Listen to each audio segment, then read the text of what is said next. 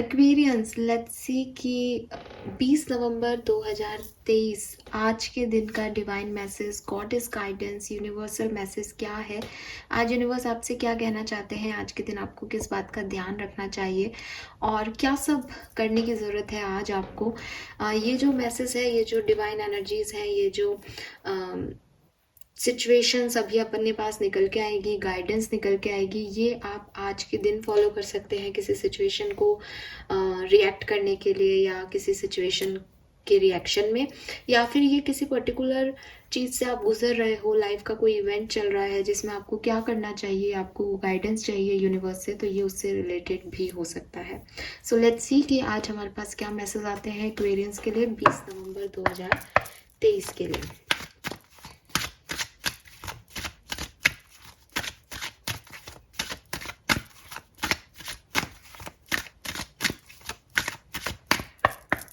Alright Aquarius, we have leap of faith, so I guess कल भी ये card था यहाँ पे, that's good, सुंदर पॉजिटिव कार्ड है। and we have easy does it, fine। और बॉटम एनर्जी है यहाँ पे bright, don't back down. I guess अब आपको कार्ड दिख रहे होंगे, यहाँ से भी ले लेते हैं कार्ड्स, फिर मैं आपको बताती हूँ कि यूनिवर्स क्या कह रहे हैं। 20 नवंबर 2023 divine message, goddess guidance for Aquarians. We have grey and we have woke, okay. और बॉटम एनर्जी है यहाँ पे प्रोटेस्ट। सो प्रोटेस्ट के कार्ड से ही स्टार्ट करते हैं रीडिंग को।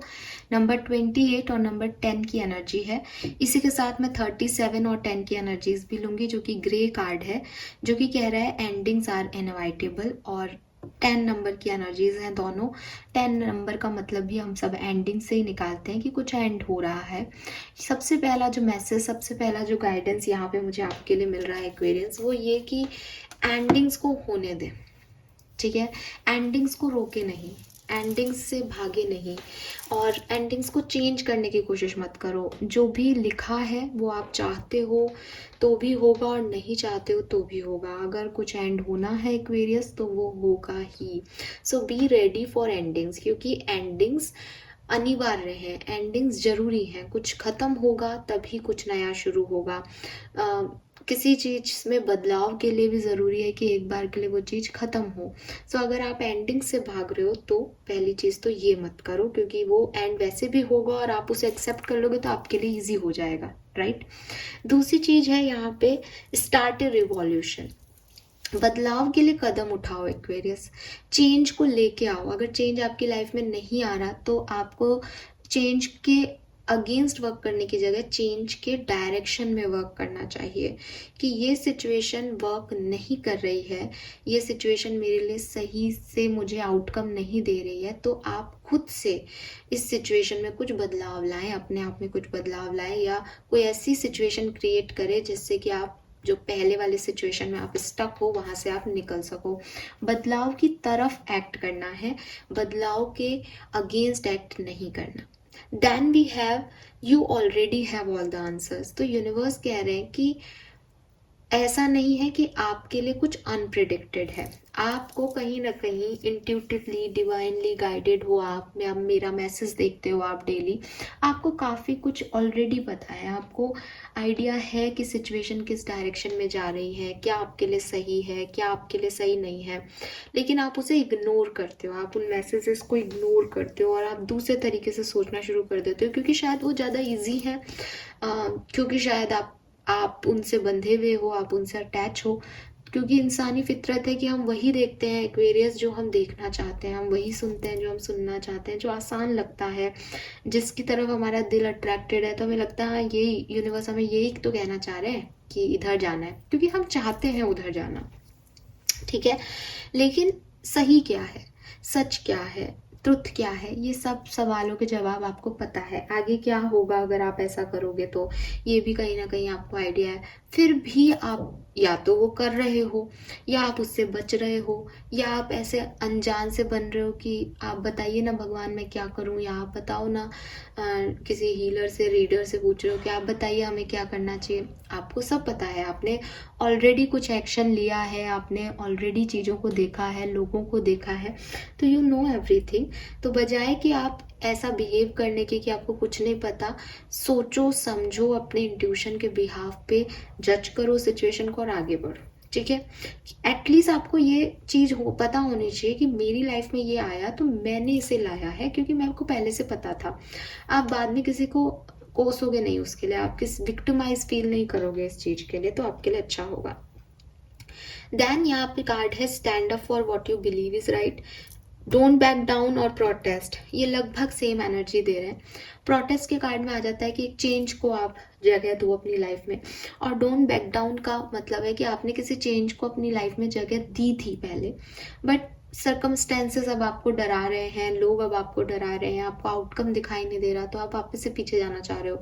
आपको लग रहा है कि शायद आपसे कोई गलती हो गई, आप अपने ऊपर क्वेश्चन मार्क कर रहे हो, आप अपनी सोच पे क्वेश्चन मार्क कर रहे हो, आप अपने एक्शंस पे क्वेश्चन मार्क कर रहे हो। तो डोंट डू दिस एक्वेरियस, अपने आप के साथ खड़े रहो, पहली चीज। दूसरी चीज कि जब भी कोई नई चीज शुरू करते हैं या किसी नए डायरेक्शन की तरफ जाना होता है, या हम कुछ बदलाव लाते हैं, तो ना केवल आपकी जिंदगी में, मेरी जिंदगी में, या और दुनिया की जिंदगी में, जब भी कुछ बदलाव करना है तो वो बदलाव एक रिस्क की तरह आता है लाइफ में। ठीक है, क्योंकि वो चेंज है, तो हमें लगता है कि यार ये हमारा कंफर्ट भी ले लेगा, क्या पता ये हमें देके क्या जाएगा। तो वो जो आपकी चिंता है, जो आपके रिस्क आपको लग रहा है कि पता नहीं क्या होगा, वो जायज है। ठीक है, लेकिन क्योंकि आपको वो रिस्क लग रहा है, इसलिए आप पीछे हट जाओ, इसलिए आप बैक स्टेप ले लो, ये जायज नहीं है। रिस्क लो और रेडी रहो कि अगर रिस्क का आउटकम अच्छा नहीं आएगा तो भी एक्सपीरियंस मिल जाएगा, और रिस्क का आउटकम अच्छा आया तो भी क्या करना चाहिए और अपने ऊपर विश्वास बढ़ जाएगा, है ना। तो रेडी रहो रिस्क के साथ। रिस्क लेने का मतलब ये नहीं है कि आप बैक स्टेप ले लो, या रिस्क फील होने का मतलब ये नहीं कि आप बैक स्टेप ले लो। रिस्क फील होने का मतलब है कि इस सिचुएशन में 50% चांसेस अच्छे के हैं, 50% चांसेस बुरे के हैं, है ना, बट आपको करना पड़ता है।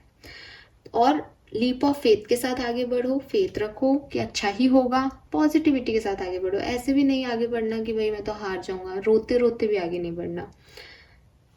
अभी क्या बोलूं, कल का मैच, मैं तो एक इंडियन हूँ, तो of course as a Indian मैं बोलूँगी कि इंडिया का मैच था कल, पर हमारे प्लेयर्स जो हैं इंडिया के क्रिकेट के, वो खेलते ही हैं ना।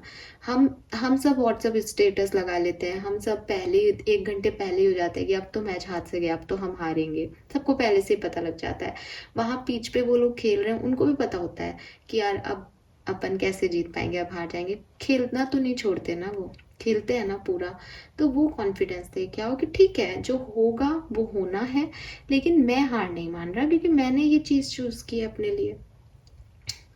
यस, वो थोड़ी सी इमोशनल मैं भी हूँ उस चीज के लिए शायद आज। खैर, एंड लास्ट मैसेज जो मुझे दिखाई दे रहा है वो ये कि जल्दबाजी मत करो। ठीक है, इजी डज इट का मतलब है इजीली चीजों को अपने आप होने दो, आगे बढ़ने दो, अपनी गति से चीजों को होने दो, उसमें जल्दबाजी मत करो। अपने लिए जो स्टैंड लिए हैं उस पर जल्दी से रिएक्ट मत करो। हर चीज अपने परफेक्ट टाइमिंग पे होगी एक्वेरियस। तो आपको बहुत ज़्यादा जल्दी करने की या किसी चीज़ को फोर्सफुली कराने की कोशिश नहीं करनी चाहिए। उन्हें अपने हिसाब से आगे बढ़ने देना चाहिए, तो वो आपके लिए ज़्यादा अच्छा होगा। सो ये कुछ मैसेजेस हैं। I repeat all messages. पहला मैसेज है एंडिंग्स को आने दो। दूसरा मैसेज है कि अगर आप एंडिंग को चेंज करने की तरफ क्वेश्चन मार्क कर रहे हो कि बदल जाए सिचुएशन, तो आप एंडिंग को एक्सेप्ट करने की तरफ जो है वो एक्ट करो। तीसरी चीज है आपको सब कुछ पता है, आपके इंट्यूशन हाई है, आपकी डिवाइन एनर्जीज, कुछ मैसेजेस आपके पास हैं, कुछ एक्सपीरियंस आपके पास है जिसकी वजह से आपको सब पता है कि आगे क्या हो सकता है, तो उसके ऊपर गौर करो। चौथी चीज है कि अगर कोई एक्शन ऑलरेडी ले चुके हो या लेने का सोच रहे हो तो डरो मत, रिस्क लेकर के ही आगे बढ़ो, रेडी रहो कि जो कि आउटकम आएगा उसमें आपका प्लान ए क्या है और प्लान बी क्या है। और लास्ट मैसेज है कि बहुत जल्दबाजी मत करो, बहुत फोर्स मत करो चीज़ों को कि वो अभी हो, अपने डिवाइन टाइमिंग पे सब अपने आप परफेक्टली हो जाएगा, तो उस तक पेशेंस रखने की ज़रूरत है। So this is all for you Aquarius. I hope कि आपसे रेसोनेट होंगे मैसेज। 20 नवंबर 2023 के लिए यही गाइडेंस है। Thank you so much reading को देखने के लिए। चैनल को लाइक और सब्सक्राइब कीजिएगा। Bye bye.